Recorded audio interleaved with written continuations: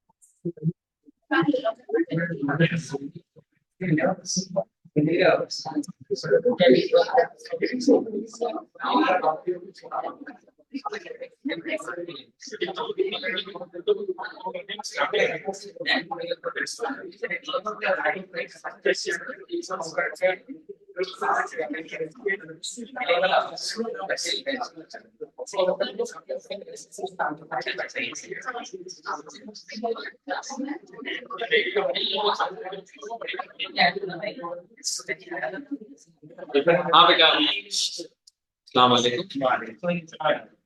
क्या हाल है? पहले तो ये कौन से वाले थे अपने, A2N वाले थे ना? पहले तो बताओ अकाउंटिंग का पेपर कैसा हुआ? मतलब निकल, अच्छा बुरा को छोड़ो, निकलेगा कि नहीं निकलेगा? निकल जाएगा पक्का? और बाकी दूसरा पेपर भी दिया होगा तुमने ITB का, वो भी निकल जाएगा। चलो पक्का, अभी पता चल जाएगा कब, एक हफ्ते नहीं है, पता चल जाएगा कितने गायब होते हैं यहाँ से, आइडिया हो जाएगा कि निकलेगा कि नहीं निकलेगा। पेपर आया कैसे था पहले तो मुझे आइए का बताओ पूरा। आसान, आसान तो होता ही है पेपर, सारी थी वो भी पता है। थ्योरी आई थी, मुश्किल आई थी कि नॉर्मल आई थी कि थ्योरी कम आई थी आपके पास? तो फिर तो न्यूमेरिकल तो बेहतरीन, वो न्यूमेरिकल में तो कोई सीधे साधे आते नहीं। बाकी फाइनल अकाउंट 20 मार्क्स का होगा, और पार्टनरशिप तू नहीं बोला था ना, पार्टनरशिप कि 6 मार्क्स 4 मार्क्स,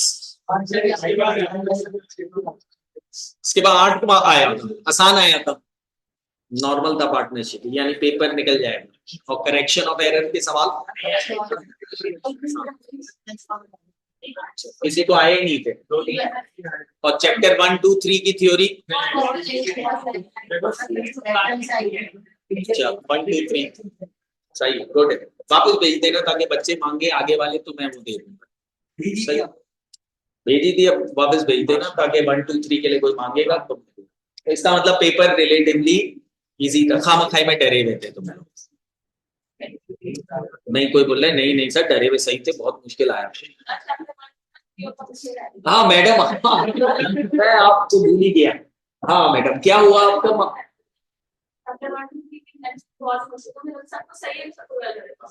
सब कुछ सही है। अच्छा, या तो चारों ऑप्शन आपको लग रहे थे सही हैं, या तो लग रहा था चारों ऑप्शन क्या है, गलत है। हाँ न्यूमेरिकल तो कम ही आए होंगे, 7 8 ही आए होंगे, ज्यादा तो नहीं आए। तो अब फाइनल अकाउंट्स में क्या मामला थे? बिस्मिल्लाह पढ़ चलो, बिस्मिल्लाह तो पढ़ा, बिस्मिल्लाह पढ़ के जो हुआ वो कर दिया। इसके अलावा पार्टनरशिप, पार्टनरशिप आया ही नहीं, आई थी, उसमें कोई मसला हो तो इसका मतलब 50 मार्क्स आएंगे कि नहीं आएंगे? कोई नेकी आ गई तो 50 मार्क्स आएंगे, ठीक है। और कोई ऐसा है जो बाहर का, ये पीछे वाले तुम लोग की शक्ल याद नहीं आ रही मुझे, देखा तो है। अच्छा A3N के हो तुम, यानी तुमने आईए दे दिया है, आईए एग्जाम है और पढ़ा नहीं है इधर अभी आई, क्योंकि हमने अभी तक शुरू ही नहीं किया था आईए ढंग से। A3 QT आपका क्लियर है, वो भी एग्जाम है शायद, और इकोनॉमिक्स IT भी दोगे अभी, वो दे दिया माशाल्लाह। यानी आपका एग्जाम है, यानी आपको क्यूटी नहीं आता। नहीं आता आपको बिल्कुल नहीं। आईए में आप बिल्कुल ही ढीले हो, क्योंकि वही सेकेंड ईयर वाला एग्जाम है और यहाँ मेरे ख्याल में क्लासें भी नहीं होती। तो आपके लिए एक मशवरा है कि आईए की क्लासें जरूर लेना। ठीक है, जो भी है आईए की, क्योंकि एक ही महीना है फैब वाला, उसी में ही 4 चैप्टर करने हैं, लपेटने हैं अपने को, तो काम आएगा FAR1 के अंदर। मैं हमेशा बोलता हूँ कौन से चैप्टर्स काम आएंगे FAR1 के अंदर। इन्वेंट्री, जो सर माजिद साहब पढ़ाते हैं आईए में, वो बहुत काम आना है। और वो मेरे ही टॉपिक्स पे काम आना है। जो मेरे टॉपिक्स है ना, उनमें हर टॉपिक में इन्वेंट्री काम है। बेड डेट्स वो तो मैं ही आईए में पढ़ाता था, वो बहुत काम आना है, वो भी मेरे ही टॉपिक में काम आना है, बाकी टॉपिक्स में काम नहीं आना। इसके बाद एक्रूअल्स एंड प्री पेमेंट्स, वो भी मेरे ही टॉपिक पे काम आना। सही है। इसके अलावा है डेप्रिसिएशन। डेप्रिसिएशन तो खैर सर माजिद साहब भी यहाँ थोड़ा सा रिकैप करवा देंगे, और आपने आईए में कोई खास पढ़ा हुई नहीं है, क्योंकि सिर्फ एडिशन ही पढ़ी है। मेन तो उसमें क्या है, डिस्पोजल और फिर रीवैल्यूएशन। सही है, वो सर माजिद साहब के टॉपिक्स में भी काम आना है और मेरे टॉपिक में भी काम आना है। और चौथा कौन सा था, पांचवा, BRS। BRS में अक्सर बोलता था कि काम नहीं आता, काम नहीं आता, BRS भी काम आना है।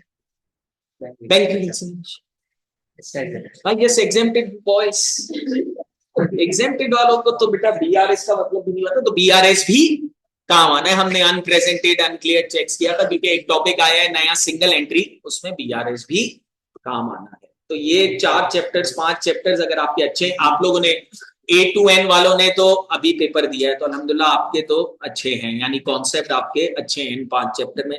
जिनका बेटा एग्जाम है ना, तो ये 5 चैप्टर्स पे बहुत फोकस रखना। 5 में से एक तो चलो डेप्रिसिएशन रिकैप हो जाएगा इधर, 4 में फोकस रखना, या 4 की क्लासे ले लेना, या रिकॉर्डिंग ले लेना, जो भी ले लेना। सही है। तो बेसिक पार्ट इनका अच्छी तरीके से आपको कॉन्सेप्ट आना चाहिए। एक बेड डेट्स, एक एक्रूअल्स, तीसरा हमारे पास है BRS, और चौथा हमारे पास है कौन बचा, इन्वेंट्री। तो ये 4 की अगर आप लोग क्लासे नहीं भी लेते हो ना, तो आप अपने पास रिकॉर्डिंग ले लेना इनसे। फीस तो आपने भरी होगी आईए की, जो रिफंड हुई है कि नहीं, वेरी गुड। तो फिर अवेल करो, चारों चैप्टर्स की रिकॉर्डिंग ले लेना, और उनको भले क्लासे नहीं लो, आप घर पे अपने हिसाब से जो जो भगा भगा के देख के पूरा रिकैप कर लेना। जो A3N वाले, A to N वालों ने तो माशाल्लाह पूरी क्लासे ली थी भाई। सही है। तो ये तो हुई आईए की बात। बाकी अब हम आते हैं किस पे, अपने चैप्टर पे बेटा, अपने सब्जेक्ट पे, दैट इज कैफ 1। कैफ 1 ही है ना ये, कैफ 1 जिसका पेपर पहले ही दिन होना है। कितने में इधर अभी बता दिया बेटा, तो 4:35 पे क्लास ऑफ कर दूंगा। थोड़ा टाइम तो खींचने दे, अगली क्लास है ना तुम्हारी 6 बजे तक, तो अपन को 5:45 तक खींचना है ना, तो कुछ बातें कर करके खींचेंगे। या आज के दिन तो शुरू नहीं कर देंगे हम सब कुछ, आज तो अभी परसों तो पेपर देके फारिग हुए हैं वगैरह, अभी बाल बाल कटवाए उसने बंदे ने, कोई खूबसूरत चिकना बन के आया है लड़का। तू नहीं, तू हाँ, तो तूने भाई साइड साइड किए, ठीक है। तो मैं भी थोड़ा बाल बाल कटवा लूंगा ना जब, फिर मैं पढ़ाऊंगा बेटा। तो अभी मेरे भी मामला बिगड़े में हैं, तो पुराना वाला खत्म हो तो मैं फिर बाल बाल कटवाऊंगा, और फिर मैं भी तुम्हारी तरह खूबसूरत लगूंगा, और फिर 2 खूबसूरत लोग मिलके FAR1 की जर्नी क्या करेंगे, स्टार्ट करेंगे बेटा। तो कैफ 1 FAR1, पहले तो मैं पेपर बता देता हूँ कि पेपर में क्या होते हैं, कितने सवाल होते हैं, क्या करने होते हैं, कितनी चॉइसेस होती हैं, और क्या नहीं होता, वो बात करता हूँ। पूरा कोर्स तो फिर मैं नहीं बताऊंगा, पूरा कोर्स कल माजिद साहब की आपके पास क्लास है, वो पूरी डिटेलिंग बताएंगे, मैं अपने कोर्स से रिलेटेड बात करूंगा। अच्छा, FAR1 के अंदर पहले तो FAR1 का जो पेपर होता है वो होता है 3 घंटे और 15 मिनट का, यानी 3.25 घंटे का पेपर होगा आपका। ठीक है। ये जो 15 मिनट है, ये 15 मिनट होते हैं रीडिंग टाइम, यानी शुरू के 15 मिनट आपको सिर्फ क्वेश्चन पेपर मिलेगा, आंसर स्क्रिप्ट नहीं मिलेगी, सिर्फ क्वेश्चन पेपर होगा, और 15 मिनट में आपको रीड करना है। यानी इन शॉर्ट 15 मिनट में आपको ये पता चल जाना है कि अगले 3 घंटे आपके गुजरने कैसे। ठीक है। इसमें 2 केसेस हो सकते हैं, एक्सट्रीम केसेस, या तो आप 15 मिनट में बहुत खुश हो गए, ठीक है, या तो 15 मिनट में और ज्यादा खुश हो गया। ये खुश हो गए और ज्यादा खुश हो गए कि आपको 15 मिनट में पता चल जाएगा यार पेपर में कर लूंगा अच्छा होगा, तो खुश हो गए। और खुश हो गए क्या कि 15 मिनट में आपको पता चल जाएगा घंटा कुछ नहीं होना, तो और खुश हो गए क्योंकि वो बाकी 3 घंटे आप आराम करोगे, एसी वाली क्लास होगी, बहुत अच्छे सीटें होंगी और आप सुकून से, क्योंकि आप बोलोगे 20-30 मार्क्स का आता है, क्या ही मैं 20-30 मार्क्स में भी कर ही लूंगा, तो 0 ही मार्क्स ले लेता हूँ इससे अच्छा, क्योंकि 0 भी फेल है और 20-30 मार्क्स भी फेल है। तो या तो आप खुश होगे या तो आप बहुत ज्यादा खुश होंगे, क्योंकि अगस्त में पेपर दे रहे हो, तो रमजान वमजान तो नहीं होगा, उसके बाद रमजान है। तो ये दो केस है एक्सट्रीम, बीच वाले केसेस अब वो बाद में सोच लेना। तो 15 मिनट में आपको आइडिया हो जाना है कि पेपर में होना क्या है आपके साथ, ठीक है बेटा। और बाकी 3 घंटे फिर जो आपके साथ होना है वो आपको नजर आएगा राइटिंग टाइम। ये 3 घंटे में आपको पेपर करना है बेटा। पेपर नो डाउट लेंथी होता है पेपर, सही है। मेरे हिसाब से 90% बच्चे जो फेल होते हैं, उसमें 90% बच्चे मेरे हिसाब से टाइम मैनेज नहीं कर सकते, उस हिसाब से उस वजह से क्या होते हैं फेल। एक तो पीआरसी से आ रहे हैं, तो हमारा एमसीक्यूज का पेपर है, सारा काम हम तो कैलकुलेटर में पकड़ते हैं और कैलकुलेटर में मामला करते हैं, यानी हाथ चलाना भूल गए। सही बेटा, तो प्रैक्टिस ऑब्वियस सी बात है, एमसीक्यूज में सारा काम क्या हो जाता है, कैलकुलेटर से हो जाता है, थियोरेटिकल होते हैं उसमें टाइम बच जाता है। तो बेटा ये जो राइटिंग है ना हमारी, वो थोड़ी सी क्या हो गई होगी, स्लो हो गई होगी। तो ये राइटिंग पे आपको बहुत प्रैक्टिस करनी है, यानी स्पीड पे बहुत ज्यादा क्या करनी है, प्रैक्टिस। और वो सिंपल है, जितने सवाल आप सॉल्व करोगे उतनी आपकी प्रैक्टिस बढ़ती जाएगी बेटा, ठीक है। और दूसरा 10% बच्चा इसलिए फेल होता है क्योंकि ऑब्वियस सी बात है उसने पढ़ा ही नहीं होता, तो वो तो फेल होगा ही। तो 90% मेरे हिसाब से बच्चा फेल होता है कि वो टाइम मैनेज नहीं कर सकता, क्योंकि मैंने भी पेपर दिए हैं, टाइम मैनेज नहीं होता पेपर के अंदर। मैं बताऊंगा टाइम मैनेज, जो तबानी साहब ने मुझे बताया था एग्जैक्टली, मैं वही वर्ड्स आपको बताऊंगा करना क्या है पेपर में, आहिस्ता आहिस्ता बीच में, तो उससे टाइम मैनेज हो जाता है पेपर में, ठीक है। तो 3 घंटे में हमें करना है, 15 मिनट रीडिंग टाइम है, 15 मिनट में आइडिया हो जाएगा। रीडिंग टाइम भी मैं आपको बताऊंगा, माजिद साहब भी बताएंगे शायद, पर मैं आपको बताऊंगा अपना पर्सनल कि 15 मिनट अगर मैं बैठा हुआ हूं तो मैं किस तरीके से रीड करूंगा और कौन से सवाल रीड करूंगा मैं, ठीक है। पूरा तो रीड करूंगा नहीं क्योंकि पूरे में तो हालत खराब हो जाएगी, सही। तो 15 मिनट रीडिंग टाइम में बताऊंगा कौन सी चीज रीड करनी है। तो 3 घंटे 15 मिनट का पेपर है। मार्क्स अपने पास कितने हैं, 100 मार्क्स है। ये जो 100 मार्क्स हैं ये बेटा 2 सेक्शंस में डिस्ट्रीब्यूट होते हैं। एक आता है सेक्शन ए और एक है सेक्शन बी। सेक्शन ए में बेटा सवाल होते हैं अराउंड 6 सवाल। अब उसने फिक्स कर दिया है, अराउंड तो नहीं, एग्जैक्टली आपको 6 क्वेश्चंस नजर आएंगे सेक्शन ए में। और सेक्शन बी में आपको नजर आएंगे कितने क्वेश्चंस, 3 क्वेश्चंस। तो टोटल सवाल आपको पेपर में कितने नजर आएंगे, 9। सर करने कितने हैं, 9। ये चॉइस वॉइस का कोई मामला नहीं है बेटा, सही है। उसका बस चले तो वो बोले आंसर एनी 10, 9 देके बोले एक सवाल खुद ही बना लो उसका भी जवाब दे दो, तो इसका बस नहीं चलता, वरना वो कर दे। पर 9 के 9 सवाल हमें करने, किसी किस्म की कोई चॉइस नहीं है। ये जो 6 सवाल है इसमें बेटा 2 पार्ट्स होते हैं। इसमें बेटा एक सवाल जो होता है वो होता है एमसीक्यूज का, एमसीक्यूज आते हैं। और जो 5 सवाल होते हैं वो होते हैं शॉर्ट क्वेश्चंस, यानी 5 सवाल शॉर्ट होते हैं, एक क्या होता है एमसीक्यूज का। और ये जो 3 सवाल है ये है बेटा लॉन्ग क्वेश्चंस,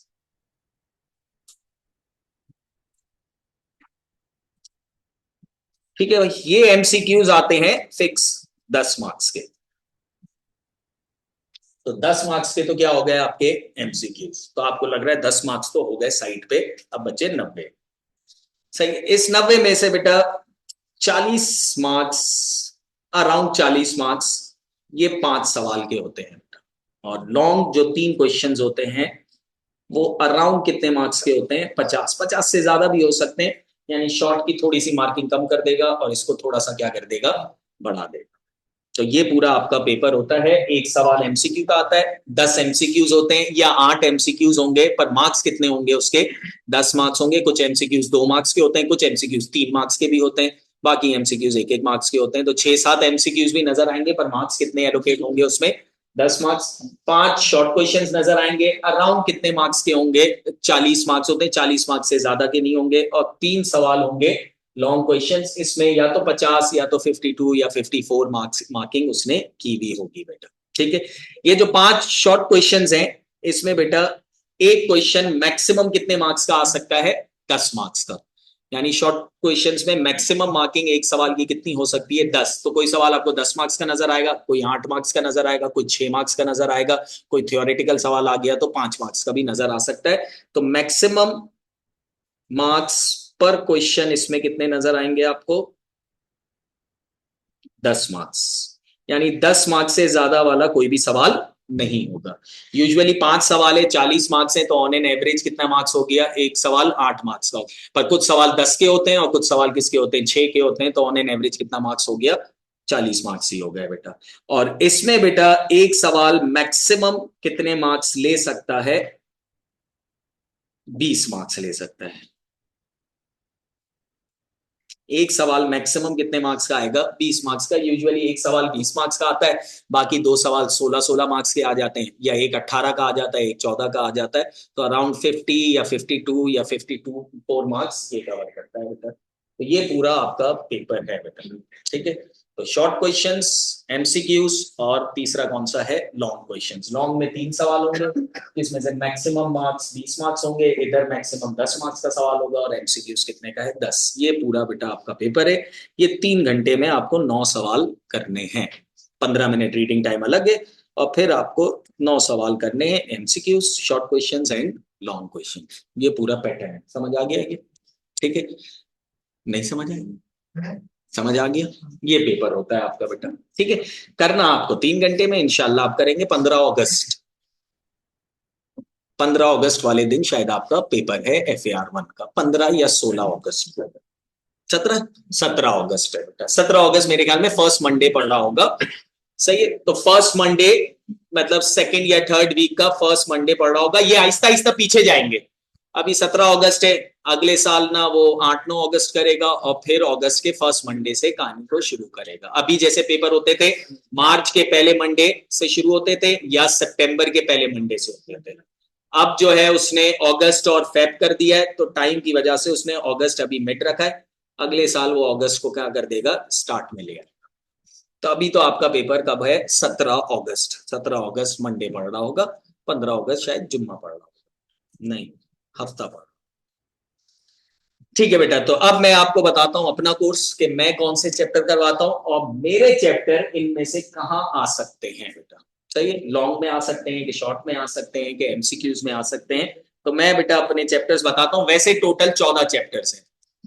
टोटल 14 चैप्टर्स हैं, जिसमें से 4 चैप्टर मैं पढ़ाऊंगा, 2 चैप्टर्स आई थिंक इकबाल भावा साहब पढ़ाएंगे। कितने हो गए? 4 और 2 6। और 8 चैप्टर्स जो है वो माजिद साहब। उसमें एक चैप्टर ऐसा है जिसमें मैं आधा पार्ट पढ़ाऊंगा, आधा माजिद साहब पढ़ाएंगे। तो मेरे समझो 5 चैप्टर हो गए, सर माजिद साहब के 7 हो गए, और 2 चैप्टर इकबाल भाभा साहब के हो गए। तो ये टोटल 14 सवाल।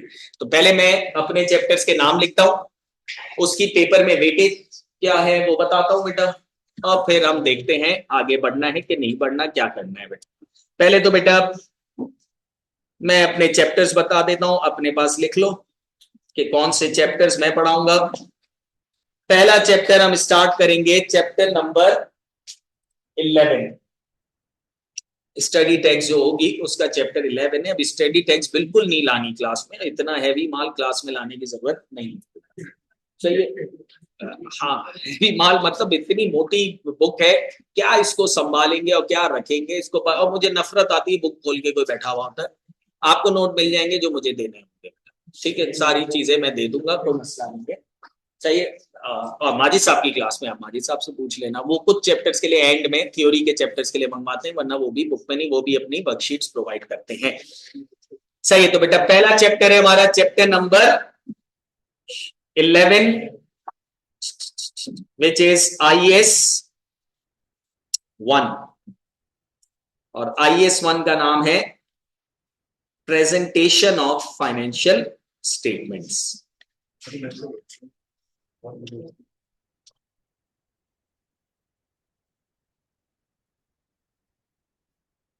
Presentation of financial statements.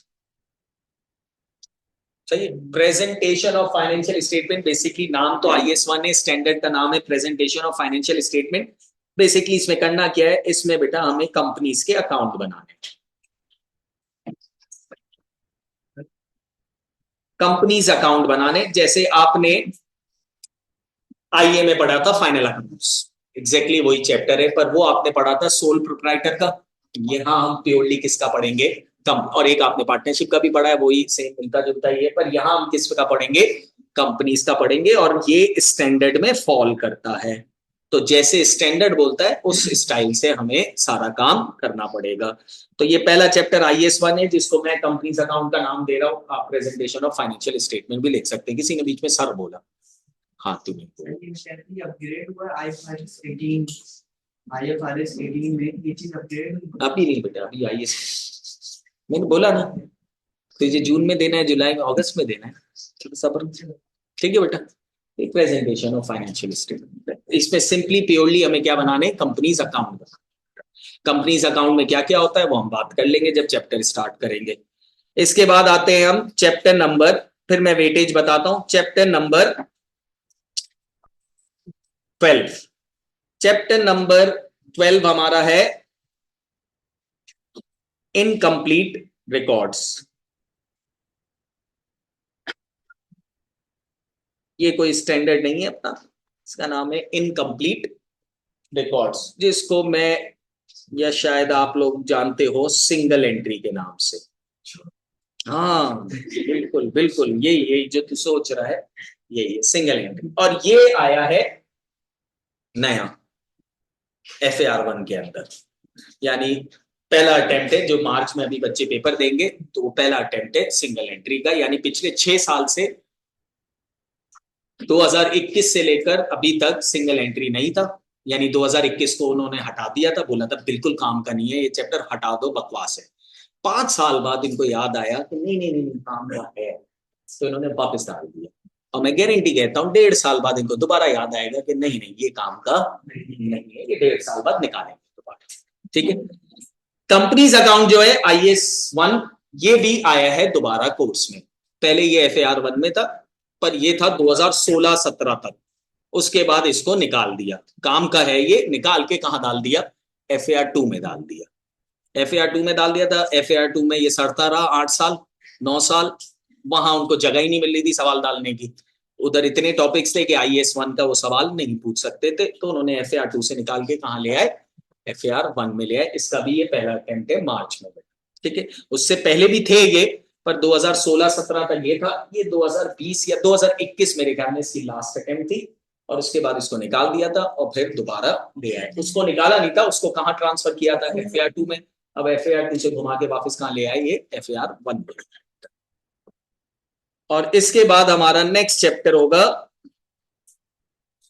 Non profit organisation.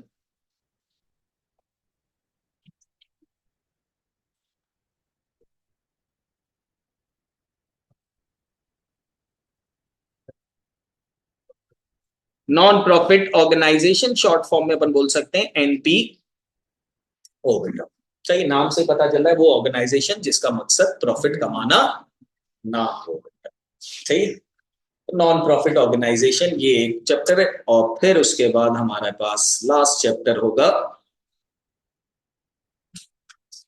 Statement of cash flows.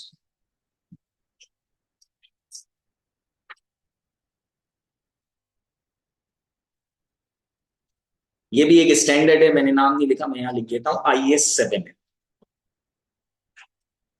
चाहिए IS7 के हिसाब से हमें कैश फ्लो की स्टेटमेंट बनानी। ठीक है बेटा, तो ये चैप्टर 14 है। तो ये 4 चैप्टर्स हैं जो मैं आपको पढ़ाऊंगा बेटा। सही है, और एक और भी चैप्टर है, number I think chapter number 8 है शायद, अगर किसी के पास बुक पढ़ी हुई है तो जरा देख लो। एक 8 ही है, statement of changes in equity. एक और है chapter statement of changes in equity. Statement of changes in equity, ठीक है। इसका बेटा बेसिक वाला पार्ट जो है वो मैं आपको पढ़ाऊंगा। बेसिक वाला पार्ट है क्या, चैप्टर नंबर 18 बेसिक वाला पार्ट।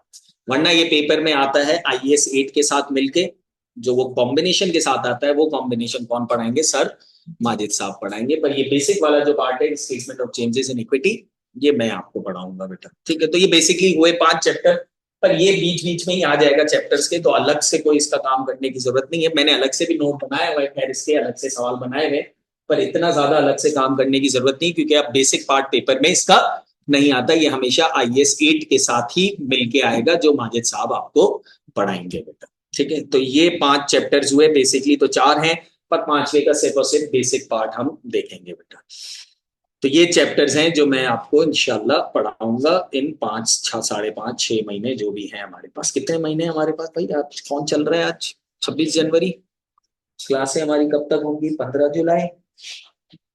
कितने साल हो गए, मतलब कितने महीने, 5 महीने एग्जैक्टली, मेरे हिसाब से शायद 5 महीने हुए। महीने भूल गया मैडम मैं आपको, जनवरी से लेकर जुलाई तक कितने महीने हुए, सही। तो ठीक है भाई, तो 4-5 जो भी महीने इंशाल्लाह, उसमें बीच में रमजान भी है, बकरीद भी है, मुहर्रम भी है, ईद भी है, ठीक है। और कोई त्योहार लाना है बीच में तो लाओ। और कुछ है, 12 रबीउल अव्वल बाद में पड़ेगी या बाद में पड़ जाएगी, तो माशाल्लाह सब है।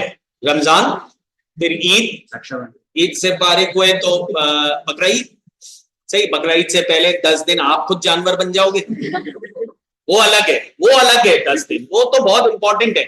फिर उसके बाद 3 दिन बकरीद होती, असल तो 3 दिन है, पर हम तो 10 दिन पहले से कराची वाले जानवर बन जाते हैं, क्योंकि हमने तो जानवरों को देखा ही नहीं है।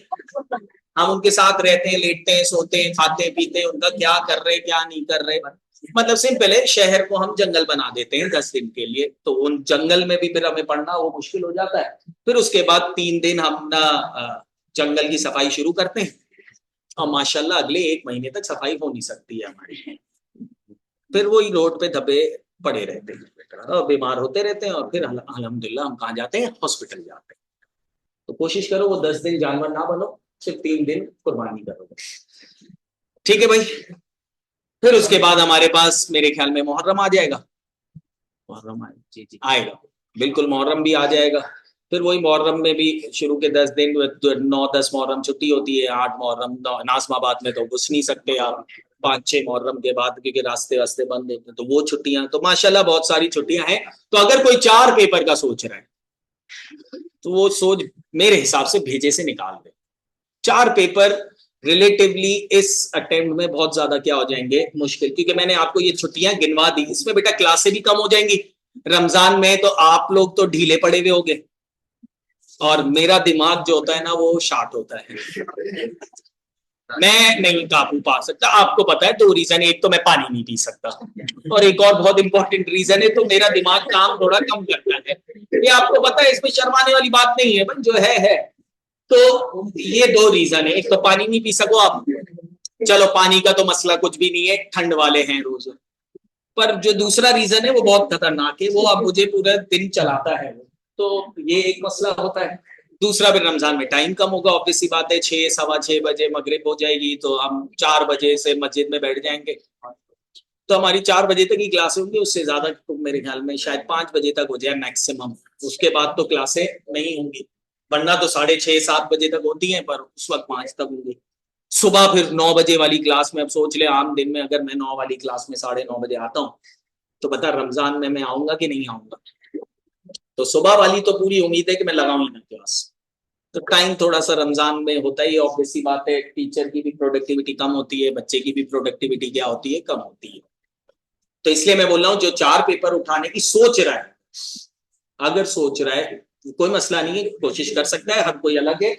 पर मेरी एडवाइस है, ना सोचे, 3 पेपर दे, सुकून रखे जिंदगी को। और 5 पेपर, 4 पेपर या 5 पेपर PRC के एक साथ, मैंने बोला 5 पेपर ना देना, क्योंकि 5 पेपर एक साथ होते थे, बीच में कोई गैप नहीं है। तो 5 पेपर एक साथ देना वो बहुत ही ज्यादा बेहुदापन था। सही है, जिसके 2 एग्जाम्ट हैं, 1 एग्जाम्ट है, 2 एग्जाम्ट है, वो जा सकता था। 3-4 पेपर, 5 पेपर बहुत ज्यादा हो जाते हैं मेरे हिसाब से। बाकी आप सबको अपनी कैपेबिलिटी पता होगी कि आप कर सकते हो कि नहीं कर सकते, क्योंकि 4 पेपर के लिए फिर क्लासें भी तो सुबह 9 से लेकर शाम 7:30-8 बजे तक लगेंगी।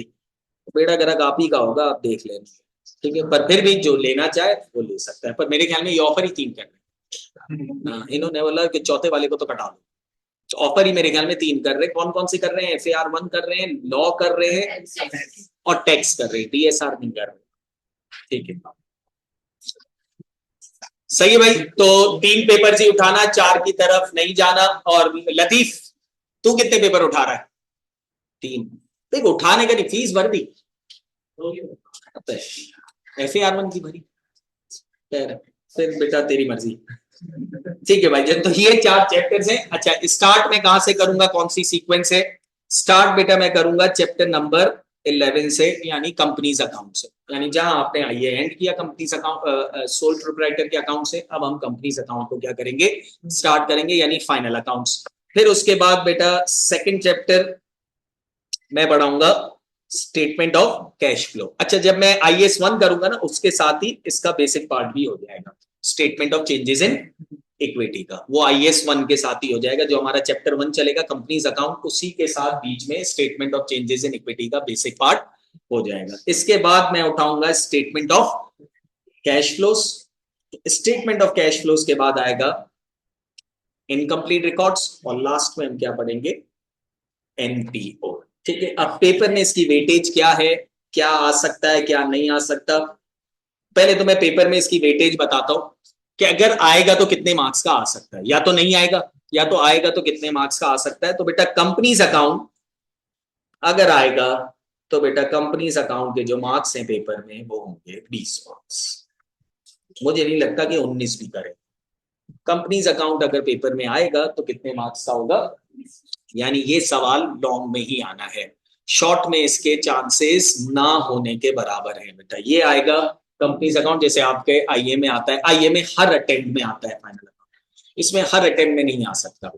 जहां तक मुझे लगता है एक अटेम्प्ट में आएगा तो दूसरे अटेम्प्ट में नहीं आएगा, ऑल्टरनेट अटेम्प्ट्स में आएगा, मुझे ऐसा लगता है, भरोसा नहीं है ICAP का बेटा, ठीक है। तो इस अटेम्प्ट में जो अभी मार्च में पेपर होना है इंशाल्लाह, उसमें पूरी उम्मीद है, क्योंकि ये नया आया है तो पहले अटेम्प्ट में नई चीज जरूर पूछता है, तो ये इस अटेम्प्ट में तो आना है 20 मार्क्स। आपका है अगला अटेम्प्ट, तो आप में इसके चांसेस रिलेटिवली क्या है, कम है, पर ICAP का अगेन भरोसा नहीं। तो ये 20 मार्क्स का हुआ। इसके बाद आते हैं इनकम्प्लीट रिकॉर्ड्स। इनकम्प्लीट रिकॉर्ड्स जो है ना वो बेटा पेपर में 16 से 18 मार्क्स के बीच में आ सकता है, यानी अगेन कौन सा सवाल हुआ, ये लॉन्ग क्वेश्चन है, यानी इसमें इतनी कैपेबिलिटी है कि इसमें अच्छा 16-18 मार्क्स का सवाल इजीली बनता है। और जो पहले के हमारे पास पेपर्स हैं 2021 में ये हटा था, 21 से पहले जितने भी है उसमें 16 से 18 मार्क्स का लॉन्ग में ही आता है, पर ये शॉर्ट में भी आ सकता है। अगर ये शॉर्ट में आएगा तो मेरे हिसाब से 8 से 10 मार्क्स ये कवर करेगा। दोनों में से एक पार्ट में आएगा, या तो शॉर्ट में आएगा या तो क्या आएगा, लॉन्ग में आएगा। दोनों में तो नहीं आ सकता, या तो शॉर्ट में आएगा या तो क्या आएगा, लॉन्ग में आएगा। अगेन मुझे उम्मीद है इस अटेम्प्ट में ये किस में आएगा, शॉर्ट में आएगा, क्योंकि कंपनीज अकाउंट और सिंगल एंट्री मेरे हिसाब से दोनों एक साथ लॉन्ग में नहीं आ सकते। तो अगर कंपनीज अकाउंट लॉन्ग में आएगा तो सिंगल एंट्री लॉन्ग में नहीं आएगा, क्योंकि वो भी बहुत लेंदी होता है, ये भी बहुत क्या होता है, लेंदी होता है। तो दोनों सवाल एक साथ लॉन्ग में वो नहीं देगा। तो अगर वो लॉन्ग में देगा तो चांसेस है इसको किस पे रखेगा, शॉर्ट में। तो इस अटेम्प्ट में तो मुझे उम्मीद है कि ये शॉर्ट में आएगा, तो आपके अटेम्प्ट में चांसेस हैं कि ये वाला सवाल लॉन्ग में आ सकता है। अब आते हैं चैप्टर नंबर 13 NPO। NPO बेटा इस अटेम्प्ट से पहले लॉन्ग में भी आता था और शॉर्ट में भी आता था, पर अब उसने कोर्स में बोला है कि NPO जो है ना वो यूजुअली एक पार्ट उसका हटा दिया है, बुक से नहीं हटाया। माशाल्लाह, बुक से नहीं हटाते, ये खबीस कौम है ये, बुक से नहीं हटाया इन्होंने, पर इन्होंने जो कोर्स आउटलाइन दी है ना उसमें इन्होंने एक पार्ट हटा दिया। इसके 2 पार्ट थे, एक स्टैंडर्ड वाला पार्ट था और एक सिंगल एंट्री से मिलता जुलता पार्ट था। अब इन्होंने जब सिंगल एंट्री ले आया तो दूसरा पार्ट इन्होंने हटा दिया, तो असूलन बुक से उसको हटाना चाहिए था, नहीं हटाया। अब अगर नहीं हटाया तो ये खबीस सवाल पूछ लेंगे, ये सवाल पूछेंगे तो हम बेटा और सवाल खड़े करेंगे कि आपने बोला था कि कोर्स में ये नहीं है, तो वो बोलेगा बुक से हटाया, हम बोलेंगे नहीं हटाया, तो बोला बस सही है। तो इसका मतलब है हमें मजबूरन इसके भी दोनों पार्ट्स करने पड़ जाएंगे, लॉन्ग वाला पार्ट भी और। तो अगेन ये लॉन्ग पे भी आ सकता है, जिसके चांसेस मुझे नहीं लगता कि देगा, क्योंकि उसने बोला है, पर आईकेप का भरोसा बिल्कुल भी नहीं करना बेटा, कभी जिंदगी में आईकेप का भरोसा नहीं कर। आप मर रहे हो, आईकेप पानी पिलाने आए, आप नहीं, उसमें जहर होगा, आप फौरन मरोगे, ठीक है। और शॉर्ट में भी आ सकता है, और ज्यादातर चांसेस मुझे लग रहा है कि शॉर्ट में ही आएगा। शॉर्ट में आएगा अराउंड वही 8 से 10 मार्क्स, और अक्सर उसने शॉर्ट में ये पूछा हुआ है। यानी अगर देखा जाए तो ये ऐसा टॉपिक है जो 4 अटेम्प्ट में से 3 अटेम्प्ट में आता है, 4 में से 3 अटेम्प्ट में आता है, 1 अटेम्प्ट में गायब हो जाता है, पिछले अटेम्प्ट में गायब हो चुका है। तो चांसेस है मार्च, अगस्त और सितंबर, इन तीनों में ये नजर, मार्च, अगस्त और अगला फिर फेब, इन तीनों में चांसेस है ये नजर आना है, या तो शॉर्ट में या तो लॉन्ग में। इस अटेम्प्ट में तो इंशाल्लाह 100% शॉर्ट में ही आना है, नेक्स्ट अटेम्प्ट में भी मुझे पूरी उम्मीद है कि ये सवाल शॉर्ट में ही आना है। तो अगेन एनपीओ बहुत ज्यादा इंपॉर्टेंट है आपके पेपर के लिए। और फिर आया chapter number 14, that is cash flow. Cash flow भी बेटा लॉन्ग में भी आ सकता है और शॉर्ट में भी आ सकता है। शॉर्ट में मेरे ख्याल में शायद पूरी अपनी लाइफ में 2 बार आया है शॉर्ट में, बाकी लॉन्ग में ही आया है। तो लॉन्ग में आएगा तो अगेन 16 से 18 मार्क्स कवर करेगा, और शॉर्ट में आया ये 2 बार आया, दोनों बार मेरे हिसाब से 6 मार्क्स का आया, तो 6 से 8 मार्क्स ही शॉर्ट में लेता है, जिसमें एक बार थियोरेटिकल पार्ट आया इसका, 6 मार्क्स का थ्योरी आई है, और एक बार 8 मार्क्स का स्टेटमेंट बनाना था, बहुत हल्का सवाल था शॉर्ट में। तो शॉर्ट में भी आ सकता है, अगेन लॉन्ग में भी आ सकता है। इसका मतलब मेरे पास जो टॉपिक्स हैं उन चारों में कैपेबिलिटी है कि वो चारों शॉर्ट में भी आ सकते, पहला वाला शॉर्ट में नहीं आ सकता, पर चारों लॉन्ग वाले सवाल भी बन सकते हैं, और 4 में से 3 सवाल शॉर्ट भी बन सकते हैं। कंपनीज अकाउंट के चांसेस कम है कि वो शॉर्ट में पूछे, वो यूजुअली किस में पूछेगा, लॉन्ग में पूछेगा। बाकी statement of changes in equity मैंने बोला अलग से अब इसका सवाल नहीं आता, ये हमेशा किसके साथ मिलके आएगा, आईए सेट के साथ मिलके आएगा, वो सरमारी साहब आपको बताएंगे बेटा। तो ये पेपर में मेरे कोर्स की वेटेज है। अब ये नहीं है कि पूरे चारों चैप्टर आ जाएंगे, नहीं भाई, 4 में से मुझे लगता है 2 चैप्टर या 3 चैप्टर्स आपको टेस्ट करेगा। जहां तक मेरा आइडिया है कि इन 4 में से लॉन्ग में 1 सवाल आएगा और शॉर्ट में 2 सवाल आएंगे, यानी शॉर्ट अराउंड 16 मार्क्स कवर करेगा और लॉन्ग अराउंड 20 मार्क्स कवर करेगा।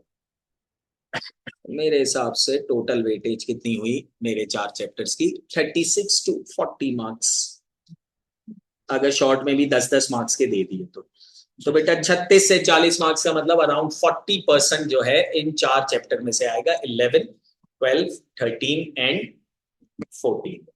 सही है। आपके अटेम्प्ट के लिए कौन सी चीजें इंपॉर्टेंट है मैं बता देता हूं। पहले तो मैं ये बताता हूं इन 4 में से सबसे आसान चैप्टर कौन सा है सर। हाँ भाई, इन 4 में से सबसे आसान चैप्टर्स कौन सा है, 11, 12 और 13, 14। सबसे आसान चैप्टर मेरे हिसाब से पूरे FAR1 में सबसे आसान चैप्टर है, मुझे पर्सनली लगता है, स्टेटमेंट ऑफ कैश फ्लो। मुझे पर्सनली लगता है ये वो वाहिद सवाल है जिसमें मैं 18 में से 18 मार्क्स एज ए स्टूडेंट जब मैं था कि ले सकता हूं। और यहां भी मैंने पढ़ाया सबसे ज्यादा आसान कौन सा है, स्टेटमेंट ऑफ कैश फ्लो। अब आपकी किस्मत अच्छी है कि बुरी है, आपके अटेम्प्ट में कैश फ्लो आना है कि नहीं आना। लास्ट अटेम्प्ट में कैश फ्लो आ चुका है, तो जो अभी मार्च में देने वाले हैं उनकी तो किस्मत बुरी है, 100% कैश फ्लो पेपर में नजर नहीं है। पर आपकी किस्मत अच्छी है, आपके अटेम्प्ट में कैश फ्लो के चांसेस ब्राइट है बहुत, यानी कैश फ्लो लॉन्ग में आ सकता है आपके अटेम्प्ट में बेटा। तो 18 मार्क्स ऐसे हैं, मैं बिल्कुल हम करेंगे, आपको आइडिया हो जाएगा सबसे आसान चैप्टर कौन सा है, स्टेटमेंट ऑफ कैश फ्लो। और इंशाल्लाह उम्मीद है कि आपके अटेम्प्ट में स्टेटमेंट ऑफ कैश फ्लो जरूर आएगा। तो मुझे लगता है आपके अटेम्प्ट में स्टेटमेंट ऑफ कैश फ्लो जरूर आएगा। एनपीओ तो आना ही आना है शॉर्ट में, ये 2 सवाल, और single entry of final account में से कोई ना कोई एक चिराग पूछ लेगा। मुझे अगेन लग रहा है फाइनल अकाउंट अगर इस अटेम्प्ट में दे देगा तो नेक्स्ट अटेम्प्ट के लिए चांसेस क्या है, कम है, पर इसका भरोसा नहीं है क्योंकि मेरे ऊपर गुजर चुकी है। जब मैं पेपर देने गया तो होता था सीक्वेंस पैटर्न, एक अटेम्प्ट में फाइनल अकाउंट्स, एक अटेम्प्ट में cash flow, final accounts, cash flow, final account. मेरा अटेम्प्ट था, मेरे अटेम्प्ट में क्या आना चाहिए था, कैश फ्लो। पूरी तैयारी कैश फ्लो, बेहतरीन। फाइनल अकाउंट को ढीला छोड़ा क्योंकि पिछले 10 सालों से यही सीक्वेंस, 10 सालों से ये सीक्वेंस चल रहा है। ठीक है, तो हमने फाइनल अकाउंट्स को ठीक है तैयारी की, ऐसा नहीं तैयारी नहीं की, क्लासें पूरी ली, सवाल पूरे किए, पर एंड में बच्चा बोलता है ना यार ये इस पे हल्का हाथ रखते हैं। कैश फ्लो को बिल्कुल स्ट्रॉन्ग किया और पूरी रात, एक रात पहले दुआएं की कि कैश फ्लो ही आना चाहिए। सुबह गए पेपर में, पहला सवाल फाइनल, वहां हमने रखा पेन पर अल्लाह से मांगी दुआ कि आ गया फाइनल। वो फाइनल अकाउंट मुश्किल नहीं होता, पर एक परसेप्शन होता है बच्चे का कि यार ये पेपर में आएगा और ये पेपर में, और जो नहीं आया वही पहला सवाल आ जाए, तो इसका मतलब आगे देखने का बंदे को मूड नहीं हो, भले उसको आता भी हो पर उसका दिमाग क्या हो जाएगा, आउट हो जाएगा। तो अल्हम्दुलिल्लाह मेरे साथ FAR 1 में ऐसा हुआ। फिर FAR 2 में मैं गया, FAR 2 में भी कैश फ्लो आता था, FAR 1 में रिलेटिवली बेसिक लेवल का आता था, FAR 2 में थोड़ा हाई लेवल का आता था। अगेन दुआ सही है कि अल्लाह पाक कैश फ्लो आए, कैश फ्लो नहीं है, अगेन फाइनल। ठीक है, फिर मैंने ACCA किया, ACCA में भी आता था कैश फ्लो, आता था कभी फाइनल अकाउंट और कंसोलिडेशन भी होता था। मैंने फिर दुआ की अल्लाह पाक कैश फ्लो, अल्लाह पाक ने फिर कौन सा अकाउंट दिया। तो इसका मतलब मैंने अपनी जिंदगी में जितने अकाउंटिंग के पेपर दिए, ये मनुष्य कभी मुझे नजर नहीं। जो सबसे आसान एज ए स्टूडेंट मुझे सबसे आसान क्या लगता था, कैश फ्लो लगता है। तो ये नहीं आया। तो अगर आपकी किस्मत मेरी तरह ही है तो इंशाल्लाह आपके अटेम्प्ट में कैश फ्लो नजर नहीं आएगा। पर एक चीज मैं बोलना चाहता हूं, ये उम्मीद लगा के नहीं बैठना कि ये आएगा और ये नहीं, क्योंकि ये उम्मीद बहुत गंदी चीज है बेटा।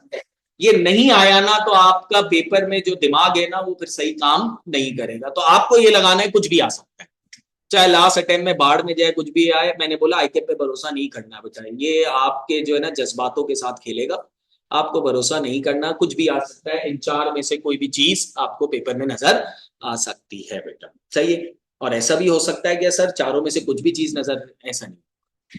ठीक है भाई, ऐसा बिल्कुल भी नहीं हो कि चारों बहुत हैवी चैप्टर हैं तो इनमें से आपको 2 चैप्टर्स तो जरूर नजर आएंगे, यानी मिनिमम 30 मार्क्स मेरे हिसाब से जरूर नजर आएंगे बेटा। पर मुझे नहीं लगता कि इनमें से दोनों लॉन्ग में आ जाए, ऐसा चांसेस बहुत ज्यादा कम है। एक लॉन्ग में आएगा और 2 या 1 किस में आएंगे, शॉर्ट में आएंगे।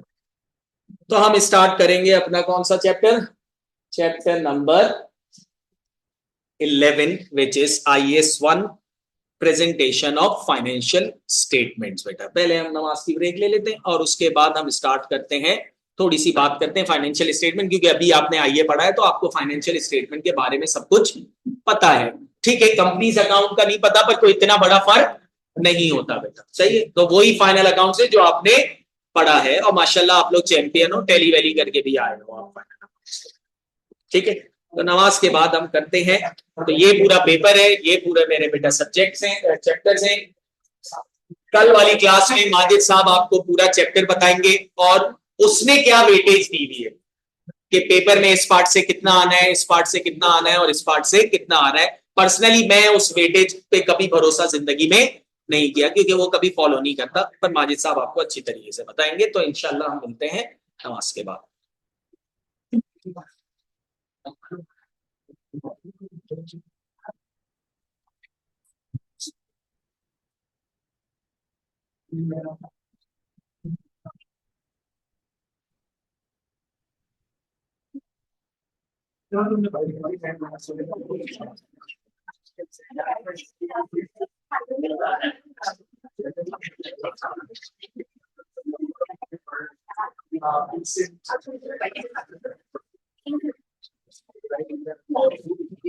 तेरा पेपर कैसा हुआ लड़की, अच्छा हो जाएगा पास, सही है, हो जाएगा।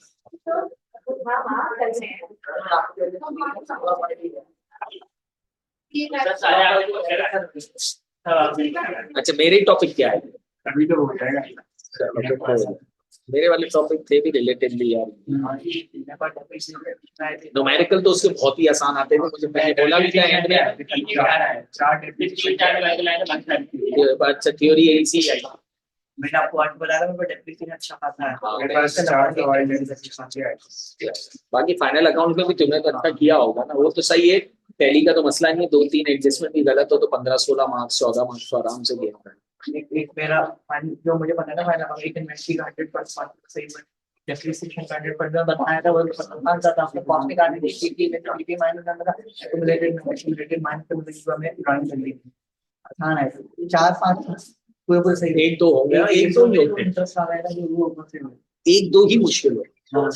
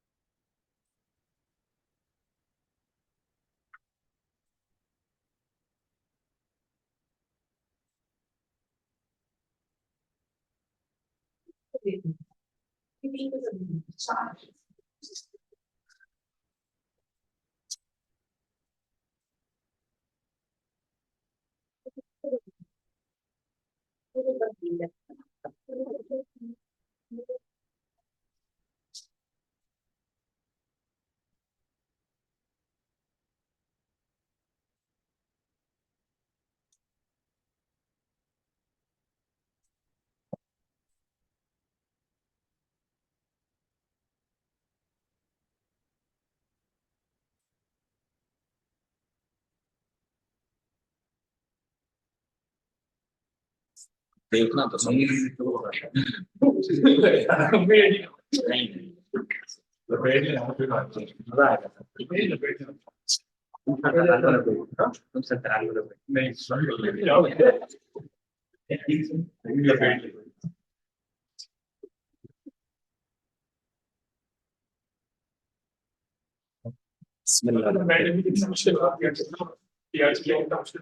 कंपैरेटिवली बीआरसी से तो मुश्किल ही होगा ना, एक तो यार वो एमसीक्यूज पेपर है, ये रिटन पेपर है। कितनी मेहनत और करनी पड़ेगी? मेहनत तकरीबन 10 टाइम्स ज्यादा, 10 टाइम्स। क्या है बेटा, बहुत हाई लेवल अगेन मेहनत के नहीं हो सकता है। वो भी बताइए हमारे नहीं। कैप बेटा नहीं है, तो कैप में बहुत सीरियस हो रहा हूँ, प्रैक्टिस। और सिलेबस कितनी देर पहले खत्म करवा देंगे आप?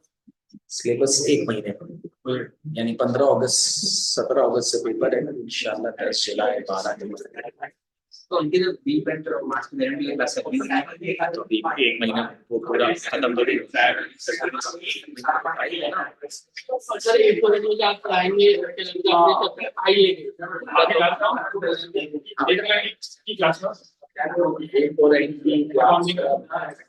फिर अगर क्लैश हो रहा हो तो फैब वाले महीने में इनको वो 4 चैप्टर्स में पढ़ाऊंगा, तो फैब वाले महीने में 3 FAR1 की क्लासें भी नहीं लगेगी। लॉ की भी इतनी नहीं लगेगी, फैब नहीं लॉ की तो लगेगी शायद, पर अगर क्लैश नहीं हो तो बंदा हाँ वो बुक भी कर सकता है, मतलब अकॉर्डिंगली वो पक्के करते हैं एक ही महीने के अंदर, फैब वाले महीने में ये कवर कर इन्वेंट्री का वो। और अगर क्लैश ना हो रहा तो उन चैप्टर्स में तो बैठ ही जाना, तो मामला ही हल हो जाएंगे।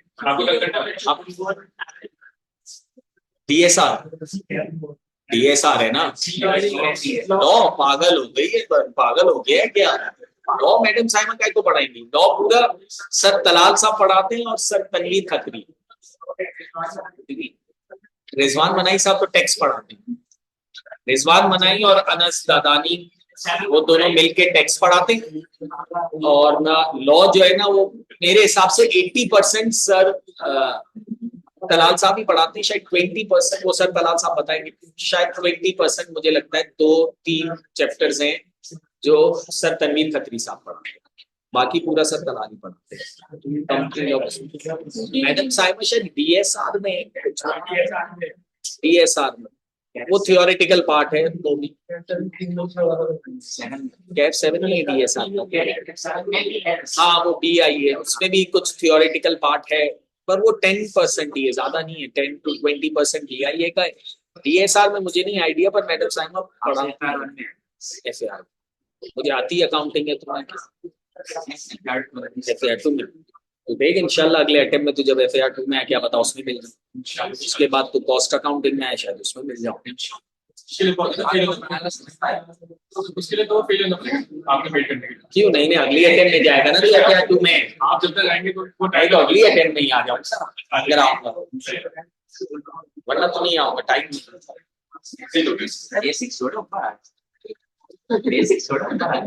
पैसा बेसिक में ज्यादा है, बच्चा ज्यादा आगे देखेगा, बच्चा कम होता है, यहाँ बच्चा पीआरसी में बच्चा बहुत, तो वहाँ फिर डिले, वहां अगर पीछे आप ए लेवल में जाओ और ज्यादा पैसा, वो भी करता हूँ बेटा, तुझे क्या लगता है 6 बजे के बाद में क्या कर रहा हूँ, तो ये ओ लेवल ए लेवल्स 6 बजे तक मेरे को सब आता है, हल्का नहीं लिया, पर मैं वैसे हाँ बेटा क्यूटी के इम्पोर्टेंट चैप्टर्स, क्यूटी के इम्पोर्टेंट चैप्टर्स जो यहाँ काम आएंगे ना, एक तो आपको मार्कअप मार्जिन, सेल्स कॉस्ट, और रिग्रेशन आपको कॉस्ट अकाउंटिंग में काम आएगा, प्रोबेबिलिटी थोड़ी बहुत कॉस्ट अकाउंटिंग में काम आ जाएगी, थोड़ी बहुत, ज्यादा नहीं, पर रिग्रेशन कोरिलेशन काउंट आ सकता है। इसके अलावा वो प्रॉफिट मैक्सिमाइजेशन, मिनिमाइजेशन, तो काम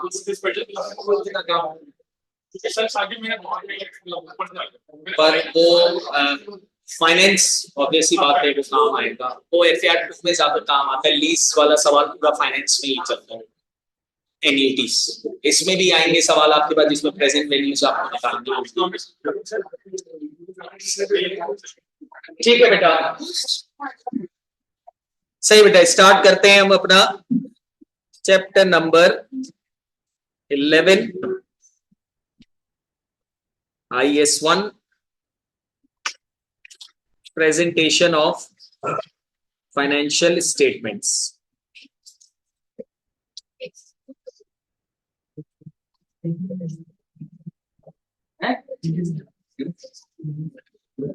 हाँ बेटा, अच्छा नाम से ही है प्रेजेंटेशन ऑफ फाइनेंशियल स्टेटमेंट, यानी खूबसूरती बहुत इंपॉर्टेंट है इस चैप्टर में, क्योंकि इस स्टैंडर्ड का नाम ही क्या है, प्रेजेंटेशन ऑफ फाइनेंशियल स्टेटमेंट, तो आप ये खूबसूरती का ख्याल से मेरे हिसाब से इस चैप्टर में ही किया जाएगा, बाकी कोई खूबसूरती पेपर में आपको दिखाने की जरूरत नहीं, यानी प्रॉपर स्ट्रक्चर हमें इसमें पता होना चाहिए बेटा। तो सबसे पहले तो हम स्टार्ट करते हैं ये चैप्टर, और ये स्टार्ट करेंगे सबसे पहले हम किसकी डेफिनेशन से, फाइनेंशियल स्टेटमेंट जो आपने आईए में पढ़ लिया है, ठीक है, सोल प्रोप्राइटर का ही पढ़ा है, पर पढ़ा तो क्या है, फाइनेंशियल स्टेटमेंट्स। तो आपको फाइनेंशियल स्टेटमेंट की डेफिनेशन तो पता होगी कि क्या होते हैं फाइनेंशियल स्टेटमेंट्स। तो हम शुरू करते हैं, आइए एग्जाम वालों से, आइए एग्जाम वालों से हम शुरू करेंगे, फिर आइए पास वालों पे जाएंगे, और फिर जो आईए के रिजल्ट अवेटेड है उनके पास जाएंगे। हाँ भाई एग्जाम वाले भाई, फाइनेंशियल स्टेटमेंट्स, फाइनेंशियल स्टेटमेंट्स आईए तो एग्जाम है ना तेरा, तो ऑब्वियसली बात है तुझे पता होगा आईए के पूरे बारे, फाइनेंशियल स्टेटमेंट्स कोई आइडिया, ऐसे ही मजाक कर रहा हूँ, कोई भी आइडिया नहीं है, कोई मसला नहीं,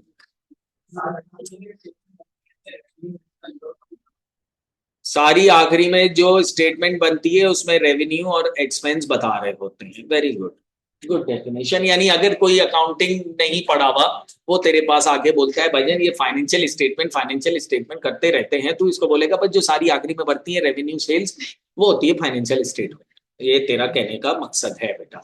चाहिए तू बता बेटा। कंपनी के ओवरऑल जो है नंबर्स बताती है, कंपनी के ओवरऑल नंबर्स बताती है और परफॉर्मेंस बताती है बेटा, ये होती है फाइनेंशियल स्टेटमेंट। क्या बताती है, कंपनी की परफॉर्मेंस बताती है, दो चीजें बेसिकली बताती है, एक इसने बोला नंबर्स और एक क्या बोला, परफॉर्मेंस। नंबर्स का मतलब कंपनी की पोजीशन बताती है कि कंपनी की क्या पोजीशन है, क्या हालात है, क्या चीजें कंपनी के पास हैं, क्या चीजें कंपनी के पास नहीं है, कितना उधार है, कितना हमें सामने वाले को देना है, कितना सामने वाले से लेना है, that is known as position, financial position, यानी जो आप एसओएफपी बनाते हो, स्टेटमेंट ऑफ फाइनेंशियल पोजीशन, यानी एक बताती है कंपनी की पोजीशन और एक कंपनी की क्या बताती है, फाइनेंशियल परफॉर्मेंस, के पूरे साल में कंपनी की क्या परफॉर्मेंस रही और पूरे साल के एंड में कंपनी की पोजीशन क्या है, यानी कंपनी की औकात क्या है, वो बताती है फाइनेंशियल स्टेटमेंट। तो फाइनेंशियल स्टेटमेंट की डेफिनेशन क्या हो गई, financial statement is a structured presentation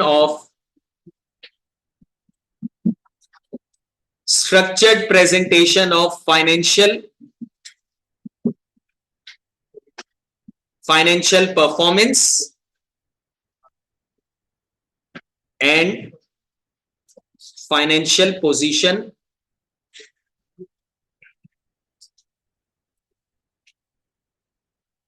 of an entity। ये सिंपल सी डेफिनेशन होती है बेटा। तो अगर आप कोई तुझसे पूछे कि फाइनेंशियल स्टेटमेंट क्या है, तो बोलना सिंपल, फाइनेंशियल स्टेटमेंट जो है कंपनी की परफॉर्मेंस और कंपनी की पोजीशन बताती है बेटा। ठीक है भाई, ये होती है हमारी फाइनेंशियल स्टेटमेंट, यानी स्ट्रक्चर्ड प्रेजेंटेशन। प्रेजेंटेशन स्ट्रक्चर्ड होनी चाहिए of financial performance and financial position of an entity. Components तो आप लोगों को पता ही है, कंपोनेंट्स वही पता है जो हमने आईए में भी बात की थी, कंपोनेंट्स ऑफ फाइनेंशियल। तू ही बता एग्जाम वाले भाई, ये तो पता ही होगा एग्जाम वाले भाई तेरे को, कंपोनेंट्स ऑफ फाइनेंशियल स्टेटमेंट्स। हाँ बेटा, हाँ बेटा, क्या नाम है, बोल बोल, कोई मसला नहीं। हाँ वो ये सही बोल रहा है, बोल एक बार बोल। एसेट्स, शाबाश। Liabilities, excellent. Capital, revenue and expense. These are elements of financial statement, not components of finance. ठीक है, अब बता, अब components of financial, हाँ, statement of financial position, statement of comprehensive income, बाकी statement of changes in equity, statement of cash flows and notes to financial statements, यानी जो 5 components होते हैं बेटा। पहला कंपोनेंट हमारा आ गया statement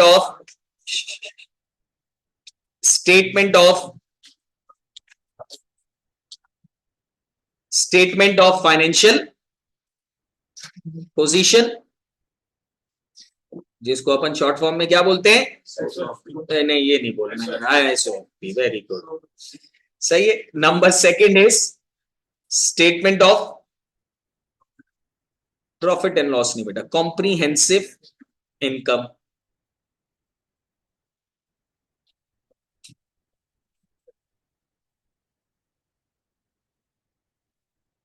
statement of comprehensive income, जिसका अपने पास शॉर्ट फॉर्म क्या है,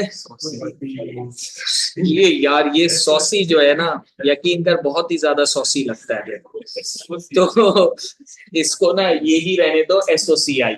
तो statement of financial position, statement of comprehensive income. Number third हमारे पास आ जाता है statement of changes in equity.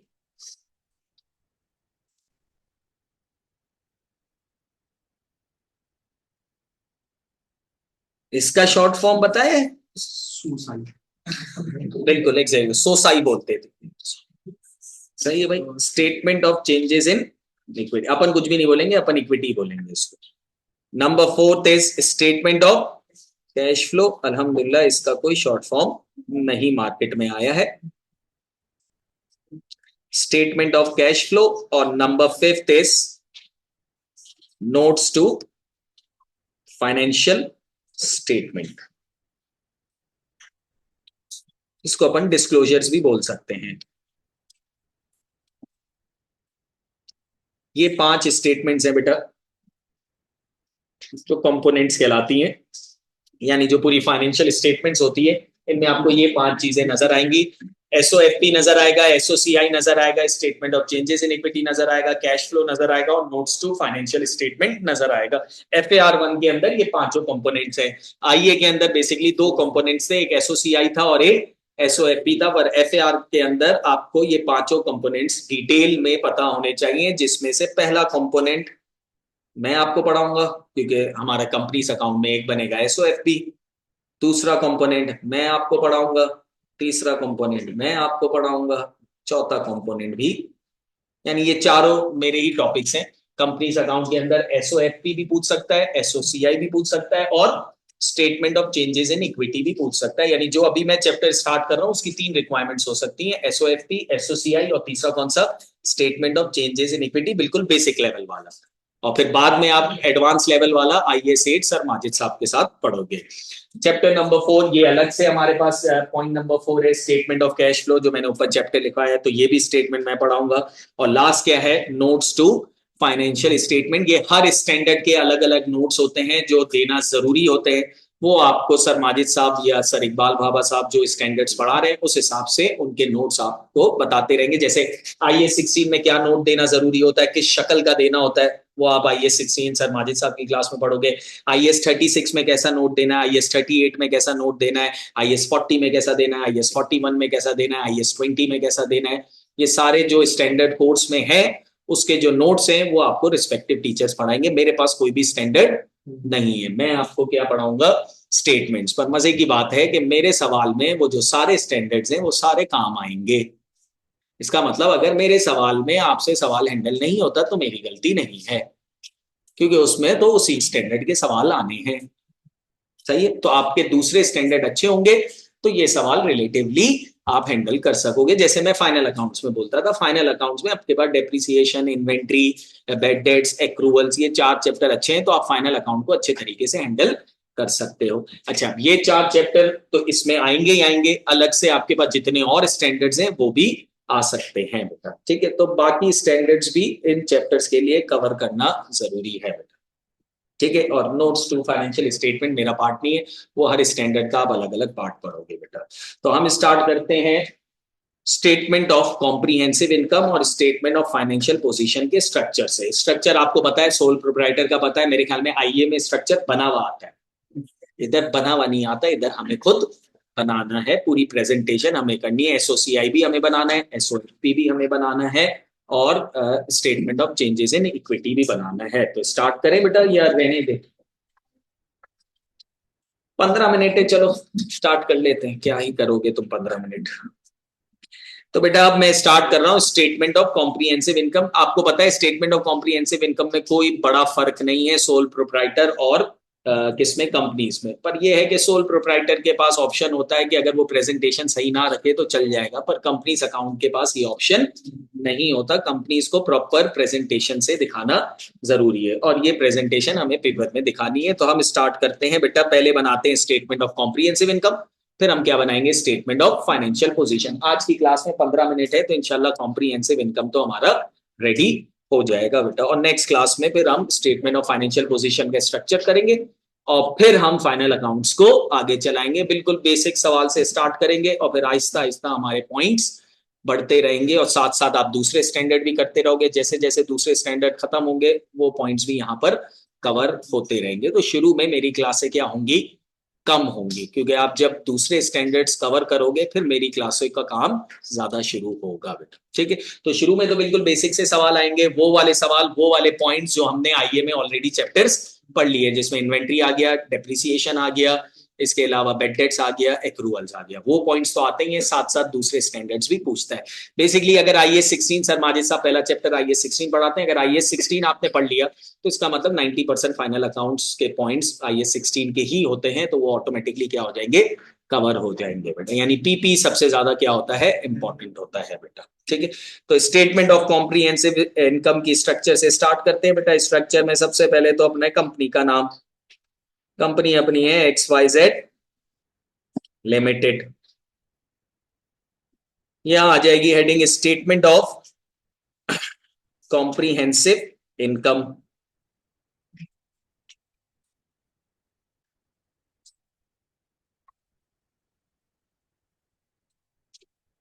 अब ये हमने जब शुरू कर ही लिया है तो जब खत्म होगा जब ही क्लास ऑफ होगी बेटा।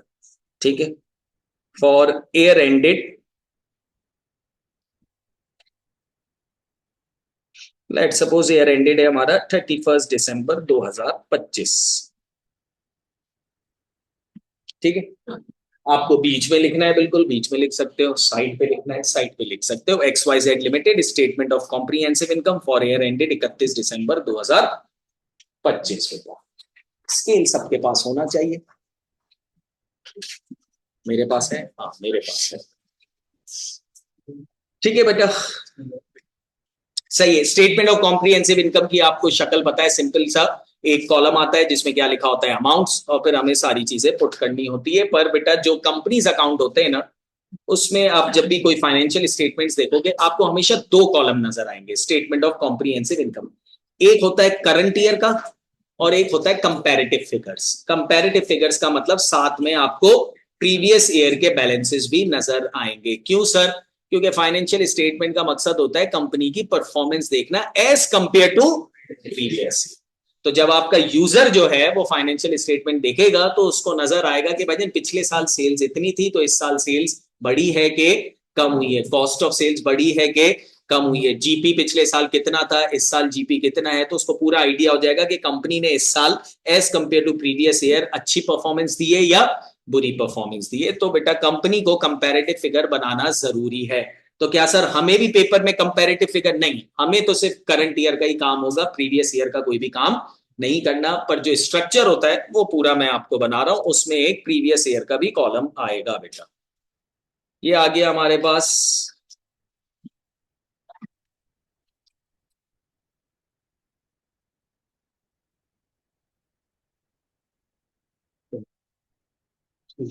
हाँ, पेंसिल, स्केल, रबर, शार्पनर।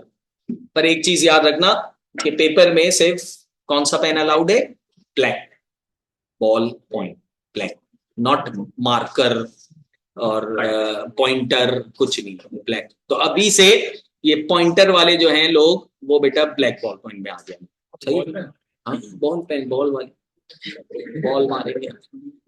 हाँ बेटा, तो वो, तो ये जो आईपैड पे लिख रहे हैं और कोई मसला नहीं है बेटा। आईपैड पे तू प्रैक्टिस करेगा और पेपर में तू पेन उठाएगा तो बता तेरा हाथ चलेगा कि नहीं चलेगा। तो ये आईपैड तो बेटा फेंक देते, काम करें आईपैड को आप हमें दे दें, आप अपने पास सिक्योर करके रख लेंगे। तो इसीलिए मैं बोल रहा हूँ, देखो वो तो एमसीक्यूज का था, उसमें ठीक है चलता है, ठीक है आपको करना है, पर सही क्लास में कर लिया, पर घर पे जो प्रैक्टिस करो फिर आप वो उसमें करो, यूं कर लेना, कोई ऐसी सेटिंग कर लेना, या क्लास में उसमें कर लो और घर पे जो भी है वो देख लेना बेटा। हाँ, क्योंकि बेटा जो आप क्लास में करोगे वही आप पेपर में उस तरह करोगे, वरना हाथ नहीं चलेगा। सही बेटा, तो ये एक कॉलम आ जाएगा हमारे पास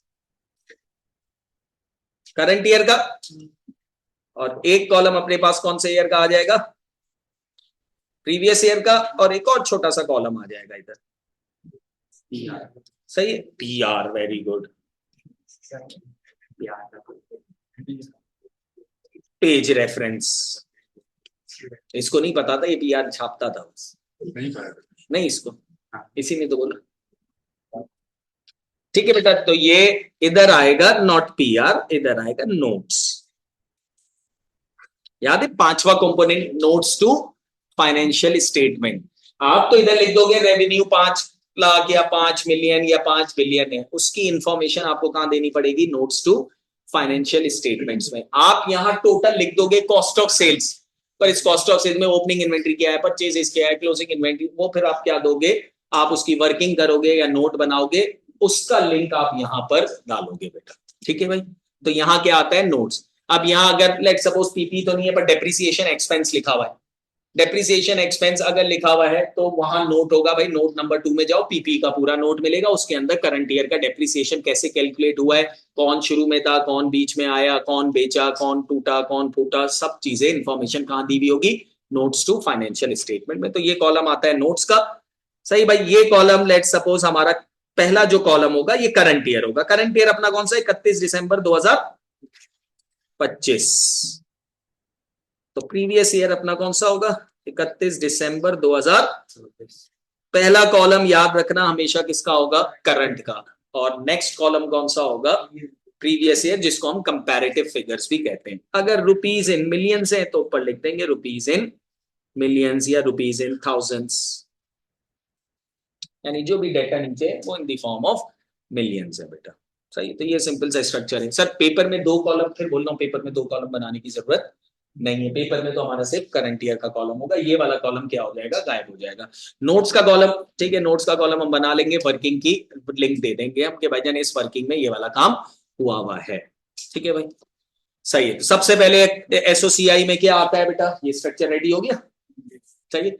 मैं देखो एक चीज याद रखना, पीआरसी नहीं, हाथ पांव चलाने की, सही, भेजे में बिठा लेंगे, ऐसा नहीं है कि बस ये कर रहा है ये बंदा, हम पीडीएफ देख लेंगे, तो बेटा पेपर में भी कोई और ही बंदा कर रहा होगा, आप उसको देख रहे हो, बाजू वाले को देख रहे हो, सही है। तो ये याद रखना बेटा, ये पीआरसी से कहां जंप मार चुके हो, क्या मुझे पता है, एक हफ्ते तक तो दिल नहीं चाहेगा जब तक रिजल्ट नहीं आ जाए, उसके बाद फिर रमजान है, फिर ईद है, फिर थोड़ी देर बाद बकरा ईद आ जाएगी, तो बकरा ईद के बाद इंशाल्लाह दिल चाहेगा आपको कि यार अब कुछ कर लेते हैं, उसके बाद बेटा गाड़ी निकल जाएगी, ठीक है भाई, सही है।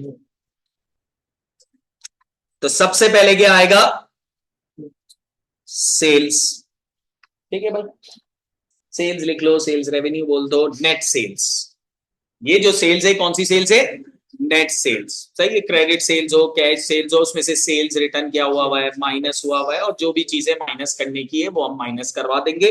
तो ये बेसिकली मैं लिख तो रहा हूं सेल्स, ब्रैकेट में लिख रहा हूं नेट सेल्स, हम तो सिर्फ सेल्स लिखेंगे पर ऑब्वियस सी बात है वो कौन सी सेल्स होगी, नेट सेल्स, जिसकी हमने अलग से अगर वर्किंग की भी है तो हम अलग से वर्किंग का नोट दे देंगे। और नेट सेल्स आ गई बेटा, यहां आ गई अमाउंट, और यहां भी आ गई अमाउंट, ठीक है भाई।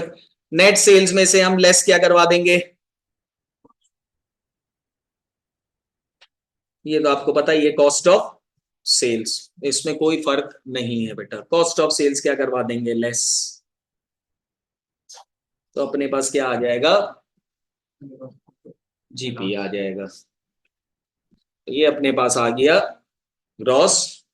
मैं अलग अलग पेन यूज कर सकता हूं, आप यूज नहीं कर सकते, हाँ बेटा करेंगे, रिलैक्स हो, अभी स्ट्रक्चर बना रहे, आज ही वर्किंग कर लेंगे, कल पेपर देना। Cost of sales, cost of sales में क्या आता है उसकी वर्किंग करेंगे। अब सर कॉस्ट ऑफ सेल्स के लिए दो मेथड्स होते हैं, पीरियोडिक इन्वेंटरी सिस्टम भी होता है, परपेचुअल भी होता है, एग्जाम वालों को पूरा पता होगा पीरियोडिक में क्या होता है, परपेचुअल में क्या होता है, भाई परपेचुअल में कैसे कॉस्ट ऑफ सेल्स आ रही है, पीरियोडिक में कैसे आ रही है, ये सारी बातें करेंगे, बेफिक्र हो जाओ, कोई मसला नहीं। जो एग्जाम वाला है इसलिए मैं बोल रहा हूँ कि आप लोग कुछ चैप्टर जो मैंने नाम बताए वो आप फेब वाला बहुत ही ढीला ढाला महीना हमारा चलेगा, तो उसमें कवर करने की कोशिश जरूर करना है, जिंदगी भागम भागी से सवाल नहीं सॉल्व करने पर कॉन्सेप्ट आप ले लेना सारा बेटा, सही है। मैं भी इधर रिकैप करवाऊंगा, एक पार्ट आएगा जिसमें इन्वेंट्री के कौन से पॉइंट हमारे काम के हैं FAR1 के अंदर, बेड डेट्स के कौन से पॉइंट काम के हैं, एक्रूअल्स के तो सारे ही काम के हैं, इसके अलावा BRS के कौन से काम के, मैं बीच में बताऊंगा सारी चीजें, ठीक है। तो जीपी आ गया अपने पास, ये आ गया अपने पास जीपी, ठीक है। अब ये कॉस्ट ऑफ सेल्स की पूरी हम वर्किंग करेंगे, हम वर्किंग नोट डाल देंगे कि भाई वर्किंग नोट 2 पे जाके देख लो बेटा, ठीक है भाई। जीपी के बाद हम बेटा आएंगे एड अदर इनकम, जीपी के बाद क्या आएगा बेटा, अदर इनकम। अदर इनकम आपको पता है, रेंट इनकम हो गई, इन्वेस्टमेंट इनकम हो गई, या एडवर्ट जो सर्विस दे रहे हैं हम कोई अलग से extra they the, gain on disposals हो गए, ठीक है। आपने डिस्पोजल पीपी का पढ़ा नहीं है पर आप पीपी का पढ़ोगे तो गेन ऑन, और भी बहुत किस्म की इनकम्स हो सकती हैं, तो ये सब अदर इनकम में आ जाएगी। बेड डेट्स रिकवर्ड हो गया, bad debts recovered is a part of income, तो बेड डेट्स रिकवर्ड भी इसमें आ सकता है, तो जो भी होगा अदर इनकम इसमें क्या हो जाएगी, ऐड हो जाएगी। अगेन इसकी वर्किंग अलग से करेंगे, इधर नाम नहीं दिखाने कि अदर इनकम में रेंट इनकम, ये वाली इनकम तेरी इनकम मेरी इनकम, नहीं भाई, अदर इनकम की वर्किंग दिखाना, जिसको देखना होगा वो वर्किंग में जाके देखेगा बेटा, सही है। तो ये कंपनीज अकाउंट बन रहा है, यहां हमें खोल के नहीं रखनी सारी चीजें। इसके बाद हमारे पास आएगा ऑपरेटिंग एक्सपेंसेस,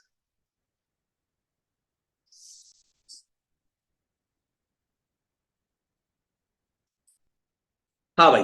अब ऑपरेटिंग एक्सपेंसेस आपने पढ़ा होगा मेरे ख्याल में, मुझे उम्मीद है क्लासिफिकेशन आपको पता होगी ऑपरेटिंग एक्सपेंसेस की, के दो टाइप्स के ऑपरेटिंग एक्सपेंसेस होते हैं, एक एडमिन होता है और एक होता है सेलिंग, सेलिंग को हम डिस्ट्रीब्यूशन भी बोल सकते हैं। तो एडमिन एक्सपेंस होता है और सेलिंग एक्सपेंस होता है, दोनों अलग अलग दिखाना जरूरी है। तो बेटा इसके अंदर एक आ जाएगा एडमिन एक्सपेंस, एडमिन एक्सपेंस आप लोगों को पता है जो ऑफिस से रिलेटेड खर्चे हैं वो सब किस में आ जाएंगे, एडमिन में आ जाएंगे बेटा। तो एडमिन एक्सपेंस हमारे पास ये आ गया। अगेन इसकी वर्किंग, अभी तो हम सिर्फ स्ट्रक्चर बना रहे हैं। इसकी वर्किंग में जो जो खर्चे हैं आपको पता है, जो जो ऑफिस से रिलेटेड है। सैलरीज अगर हेड ऑफिस से रिलेटेड है तो एडमिन में आएगी। सैलरीज अगर सेलिंग डिपार्टमेंट से रिलेटेड है तो कहाँ जाएगी? सेलिंग एक्सपेंस में जाएगी बेटा। सैलरी अगर हमारे पास इलेक्ट्रिसिटी एडमिन से रिलेटेड है तो एडमिन में जाएगी। सेलिंग से रिलेटेड है तो सेलिंग से जाएगी। अगर सर सवाल में हमें कैसे पता चलेगा कौन सा एडमिन है, वो मेंशन करेगा, नहीं मेंशन करेगा तो फिर मैं बताऊंगा करना क्या है बेटा। तो ये एडमिन एक्सपेंस आ जाएगा। अच्छा, बेड डेट्स, बेड डेट्स जो होता है वो एडमिन होता है कि सेलिंग होता है? एडमिन होता है बेटा। बेड डेट्स, बेड डेट्स की जितनी भी चिरांदे सब कहाँ आती हैं? एडमिन में आती है बेटा। ठीक है बेटा। सेलिंग डिपार्टमेंट का पार्ट नहीं, सेलिंग डिपार्टमेंट का पार्ट है माल बेचना। कलेक्शन वाला डिपार्टमेंट सेलिंग नहीं है बेटा। सेलिंग से माल बेचता है, कस्टमर से पैसा कौन कलेक्ट करता है? एडमिन डिपार्टमेंट करता है। उसी में ही बेड डेट्स क्रिएट होता है और प्रोविजंस क्रिएट होते हैं बेटा। तो एडमिन एक्सपेंसेस जो है वो बेड डेट्स इसको कवर करेगा। ठीक है। इसके बाद हमारे पास आएगा selling expense. Selling and distribution बोल देता हूं, कभी कभी वो सेलिंग एक्सपेंस नाम यूज करता है, कभी कभी कौन सा नाम यूज करता है? Distribution expense.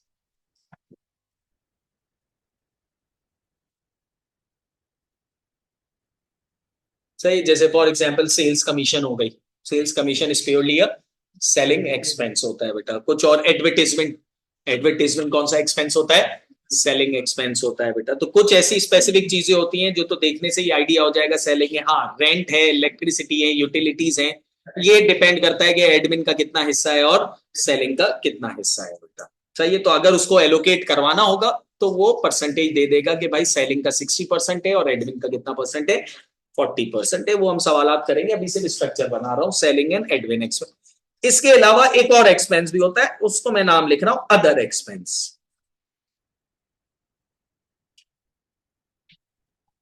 ये कौन सी चिरांदे? Other expense.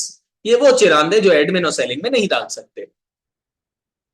कौन सी सर अदर एक्सपेंस में? अदर एक्सपेंस में बेटा लेट सपोज आपकी कंपनी में फ्रॉड हो गया, सही, और आपको बहुत बड़ा नुकसान हो गया। वो एडमिन और सेलिंग में स्टैंडर्ड बोलता है नहीं छुपाना, उसको अलग से मेंशन करो। तो वो कहां जाएगा? अदर एक्सपेंस में जाएगा, एडमिन और सेलिंग में नहीं जाएगा। फॉर एग्जाम्पल आपने कोई ऐसी हरकत कर दी है कि गवर्नमेंट ने आपके ऊपर बहुत हैवी पेनल्टी लगा दी है, वो भी हमारा लॉस है यानी एक्सपेंस है, पर वो एडमिन और सेलिंग में नहीं जाएगा। वो इंपॉर्टेंट एक्सपेंस है। आपने जो हरकत की है, आपके यूजर को पता होना चाहिए कि जो आपके एक्सपेंस बढ़े ये किसकी वजह से बढ़ रहे? पेनल्टी की वजह से। तो आपको फेस में दिखाना जरूरी है। तो बेसिकली फ्रॉड का अगर कोई हो गया पंगा या अगर कोई पेनल्टी लग गई तो ये आपको अलग से दिखाना है, एडमिन सेलिंग में नहीं दिखाना। अगर आपको ब्रैकेट में लिखना है, आप अपने पास लिख लो कि ना फ्रॉड की वजह से कोई लॉस हुआ है, लॉस ड्यू टू फ्रॉड, या पेनल्टी, कोई हैवी पेनल्टी लगी है। ठीक है बेटा, ये दिखाना जरूरी है। और मैंने बोला प्रेजेंटेशन है, इंपॉर्टेंट है, आप ऊपर नहीं दिखा सकते इसको। सही वजह। तो ये 3 एक्सपेंसेस हुए फिर, एडमिन, सेलिंग जो नॉर्मल एडमिन और सेलिंग के, और अगर कोई अजीब सा खर्चा हो गया जिसमें फ्रॉड आ गई, पेनल्टी आ गई। फ्रॉड हमारा जो सिंगल एंट्री है, सिंगल एंट्री प्योरली भरा हुआ किससे है?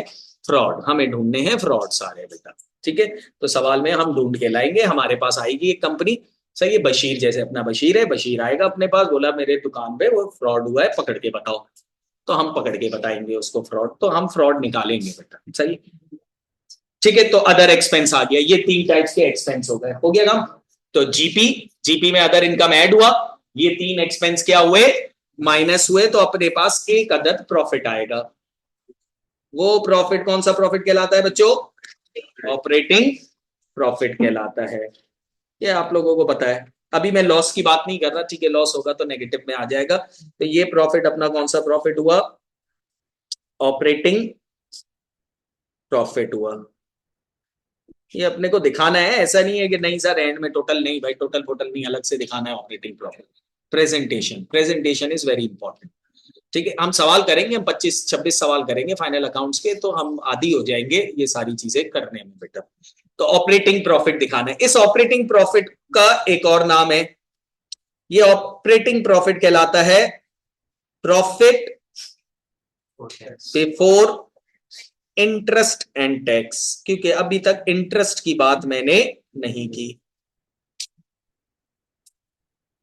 जिसको शॉर्ट फॉर्म में अगर मैंने कहीं लिख दिया भाई जल्दी जल्दी में, PBIT, profit before interest and tax, which is known as operating profit है। सही है। तो अगर कहीं सवाल में लिखा हुआ है profit before interest and tax, तो वो कौन सा प्रॉफिट कहलाएगा? ऑपरेटिंग प्रॉफिट कहलाएगा। ये आपको पता होना चाहिए। ठीक है, हमारे कोर्स में अब रेशियोज हट गया है, FAR 2 में चला गया है, पर जब आप FAR 2 में जाओगे तो रेशियोज के कुछ फॉर्मूले जो होते हैं वो शुरू ही कहां से होते हैं? Profit before interest and tax. तो आपको आइडिया होना चाहिए कि ये वो प्रॉफिट होता है जिसमें ना तो इंटरेस्ट माइनस हुआ हुआ है ना तो tax, that is known as operating profit होता है। अब इसमें से मैं माइनस करवाऊंगा फाइनेंशियल चार्जेस। फाइनेंशियल चार्जेस का मतलब इंटरेस्ट एक्सपेंस, पर इसमें सिर्फ इंटरेस्ट एक्सपेंस नहीं आता, बैंक के भी जो चार्जेस होंगे वो इसी में ही कवर किए जाएंगे। तो फाइनेंशियल चार्जेस में हमारे पास, तभी मैंने इंटरेस्ट का नाम यूज नहीं किया, फाइनेंशियल चार्जेस, जिसमें बैंक के कमीशन हो गए, बैंक के कोई चार्जेस हो गए या इंटरेस्ट एक्सपेंस हो गया, वो इधर आएगा बेटा। ठीक है, वो हम इधर क्या कर देंगे? माइनस करवा देंगे। तो हमारे पास एक और प्रॉफिट आएगा, ये आएगा कौन सा? Profit before tax.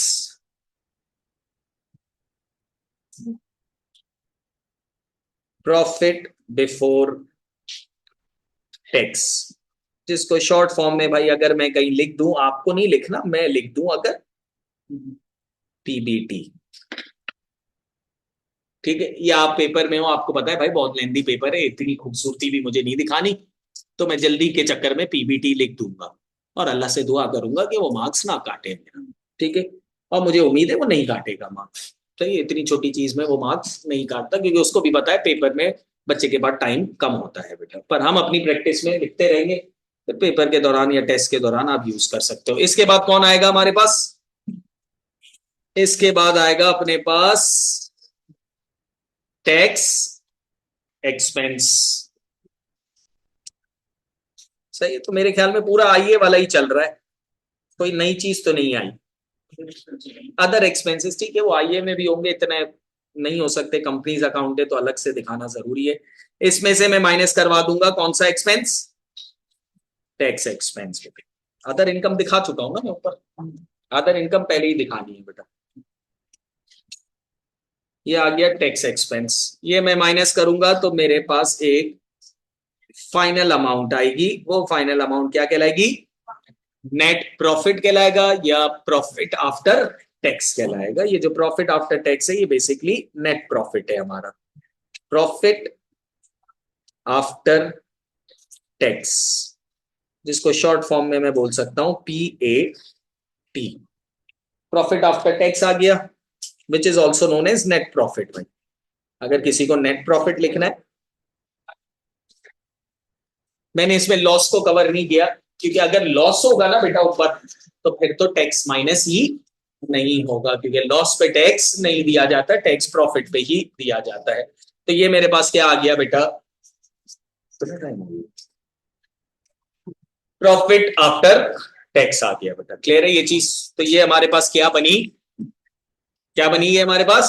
नहीं, ये बना है statement of profit and loss, comprehensive income नहीं बनी। अब काम शुरू किसका होगा? कॉम्प्रिहेंसिव इनकम का। पर अब हमारे पास टाइम नहीं है, तो नेक्स्ट क्लास में हम इसी से आगे कहानी शुरू करेंगे। अभी ये कंप्लीट नहीं हुआ। ये होता है statement of profit and loss. इसमें कहां कॉम्प्रिहेंसिव इनकम का नाम आया? कॉम्प्रिहेंसिव इनकम हमें पता ही नहीं है अभी क्या होती है, हमें पता हो तो फिर नाम डालेंगे। तो यहां से नीचे खत्म नहीं हुआ है, इसके नीचे आता है कॉम्प्रिहेंसिव इनकम, वो डाली जाती है, प्रॉफिट्स में ऐड होती है, फिर मेरे पास आता है टोटल कॉम्प्रिहेंसिव इनकम, और फिर मेरा स्टेटमेंट ऑफ कॉम्प्रिहेंसिव इनकम क्या होता है?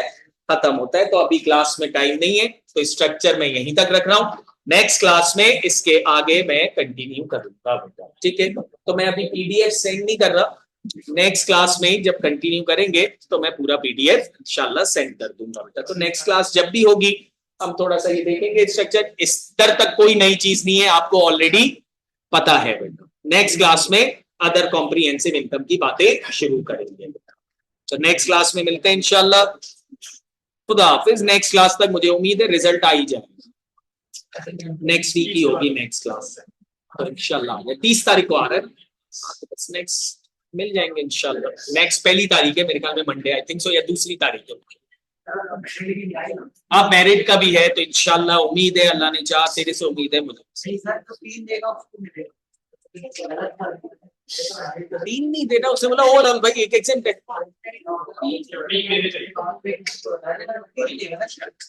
एक साथ 3 देगा जो। नहीं, इसका एग्जाम नहीं था, इसने क्यूटी पहले दिया। मुझे लग रहा है बेटा ओवरऑल आप भले 1 या 2 दो, पर ओवरऑल के रिजल्ट पे, पर पीआरसी में मुझे नहीं समझ आ रहा मेरिट किस तरीके से ये जज करेंगे, क्योंकि सबको अलग अलग पेपर आते, तेरे को आसान आ गया, उसको मुश्किल आ गया, डिपेंड करता है ना। एक होता है कैट में पेपर का पैटर्न क्या होता है, सेम होता है, सेम डेट पे होता है, सेम टाइम पे होता है, सब कुछ सेम होता है, तो जज करना आसान है। उधर तो फील्ड अलग है, आप मैथ्स का आसान आ गया, स्टैट्स का मुश्किल आ गया, तो पर फिर भी ऐसे ही बच्चों के लिए दिया है कि बच्चे थोड़े मोटिवेट। कैट में सारे पेपर सेम, मतलब सबके पेपर सेम होते हैं ना, मतलब एफएआर पूरे पाकिस्तान में सेम टाइम पे सेम डेट पे स्टार्ट होगा, यानी आप लोगों का होगा 17 अगस्त सुबह 9 से लेकर 12:15 तक। पेपर भी एग्जैक्ट सबके लिए सेम, एक ही पेपर बना, ठीक है। तो इंशाल्लाह नेक्स्ट क्लास में मिलते हैं, खुदा हाफिज।